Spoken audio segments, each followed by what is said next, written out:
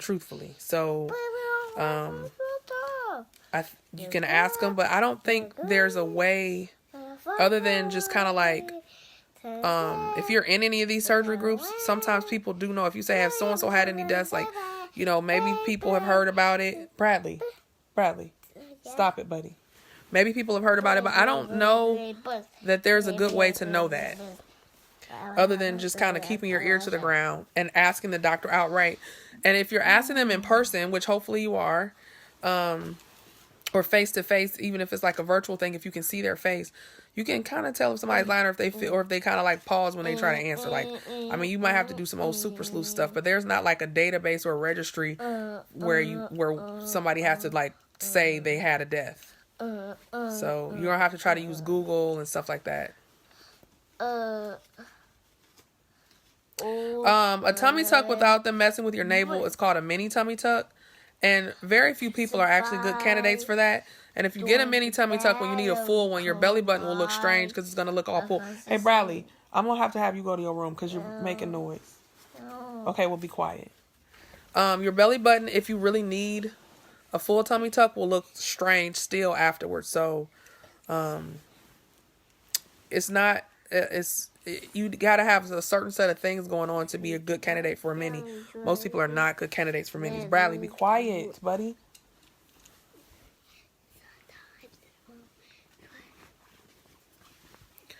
Andrea, that's an interesting comment. So, yes, the tissues are going to relax and stretch out.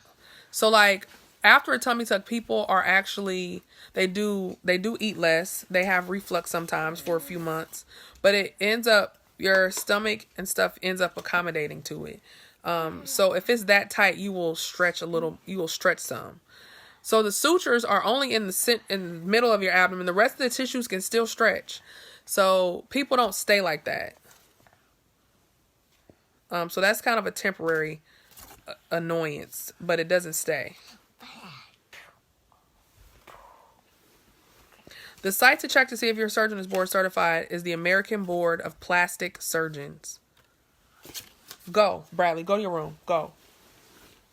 Because you're acting up. Go. Follow the instructions of your surgeon, Lisa, to care for your belly button post-op. I don't give post-op instructions for other people's work.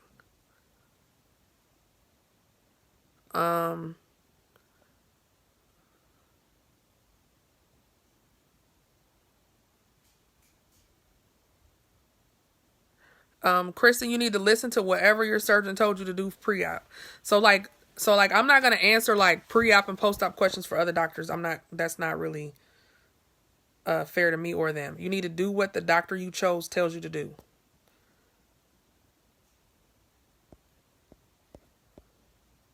Okay, let me go back and look at some of the other questions.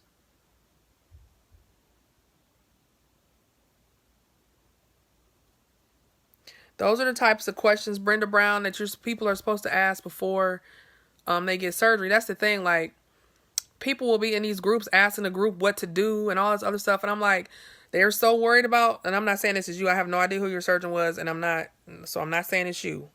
But people are so worried about getting the cheapest person or whatever, and then they get these people who all they care about is getting your money. Once the operation happens, it's a wrap. Like, you shouldn't be turning to a group or coming on here to try to figure out what you're supposed to do to take care of yourself after surgery. Like, I would never leave my patients hanging like that. Like, my patients can call me. They can call me. Like, this phone that I'm on right now doing this live, they can call this number and get help from me. They also have one of my staff's number. Like, you shouldn't be trying to figure out what to do by yourself.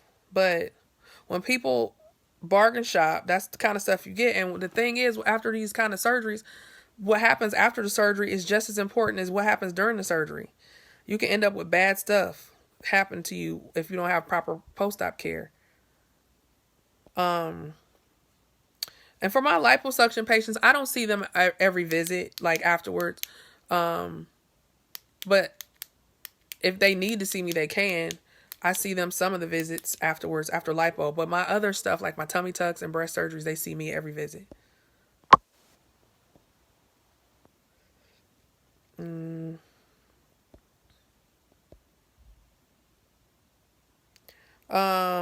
Edema. Will edema stop you from having surgery? It depends on what edema, where it is, and what's going on.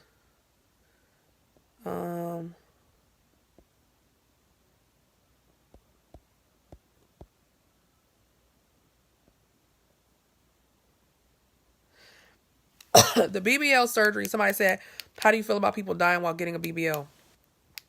So, that's part of the reason. That's one of the reasons why I don't love that operation, because it has the highest death rate of like any of the cosmetic procedures that we do. And usually the cause of death is fat embolism. Sometimes the cause of death is losing too much blood because people are getting this aggressive liposuction and they lose a lot of blood and then they have a cardiac event.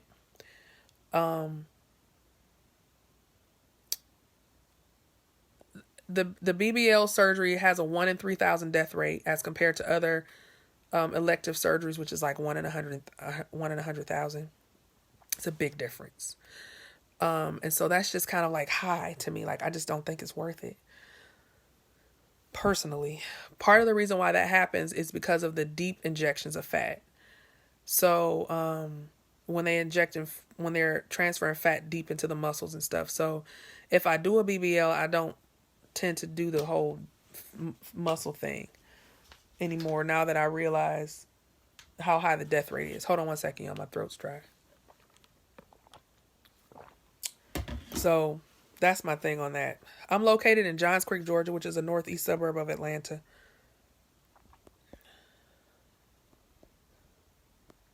Okay.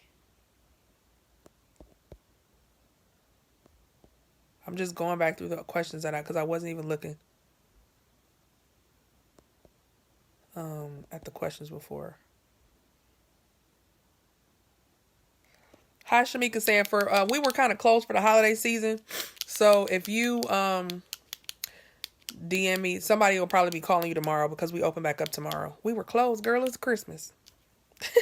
And it's my birthday. And New Year's. So we will get in touch with you. If you want to DM me your information on this page, I will be sure that someone gets back with you.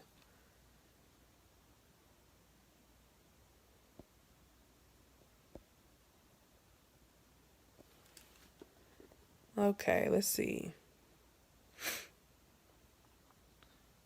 Yes, Felice. There's people out here operating who are not surgeons, honey. A lot of them. Some of the most popular people. Okay. Rib cotton shirts, undergarment for tummy tuck, okay? Or ask your surgeon, Lisa. I do have an Instagram page, Kristen. It is Dr. Myla. And then also Ederabella. EDERRABELLA. On Instagram. Deborah, I put up a video of a lady who had a tummy tuck with no muscle repair. Okay.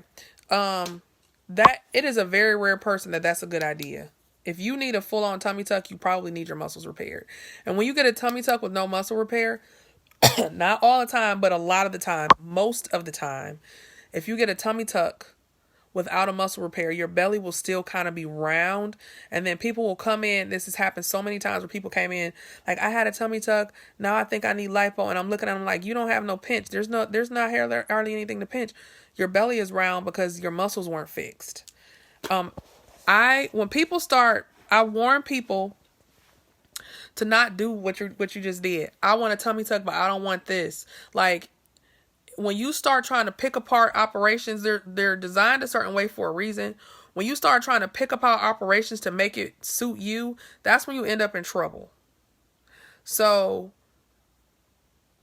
because the only way to fix that for a person who goes and gets a tummy tuck with no muscle repair and then they're annoyed that their belly is round like Humpty Dumpty still is to do another tummy tuck. Like, you have to lift the hood all the way back up again in order to expose the muscles to fix it. So, I mean, I can't really say for certain because I haven't seen you and I haven't examined you. But 9 times out of 10, a person who needs a tummy tuck needs a muscle repair. Like, it is almost never do I go inside and think, oh, maybe I shouldn't repair their muscles. Like, I never feel like that. Like, I always am like, oh, let me close this diastasis up. Like, everybody has one. So I don't. I would be careful about that. It would not affect you being a singer by getting your muscles repaired. Like, once you get through the healing process, you'll be able to sing just fine. For cosmetic procedures, Mina, I usually won't plan to do more than 4 to 5 hours of surgery at once. There's no, like, I mean, in plastic surgery, when I was doing recon and stuff, we had cases that went 24 hours. Like, it's not gonna hurt you to be asleep longer necessarily, but I mean, I guess your complication rate goes up for being asleep longer, which is part of, and then you definitely need to be monitored longer if you've been asleep longer. So I tend to not do more than 4 to 5 hours of surgery at once. So if you have a combination of things that you want that's going to take longer than that, then we break it up. Your hemoglobin should be normal at surgery. Whatever that number is, like, different labs have different cutoffs, but usually norm is somewhere around 11.5 to 12 and up for most labs.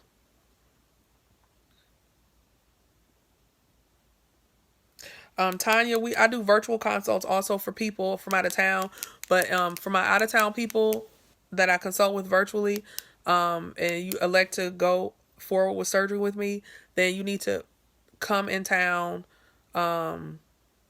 like 24 business hours before your surgery so we can meet in person before surgery. I don't like to meet people for the first time in pre-op, just in case we don't like each other. We still can back out, even though that's never happened, but you know. So if you want to DM me on this page with your contact information, I'll have someone from my office reach out to you tomorrow.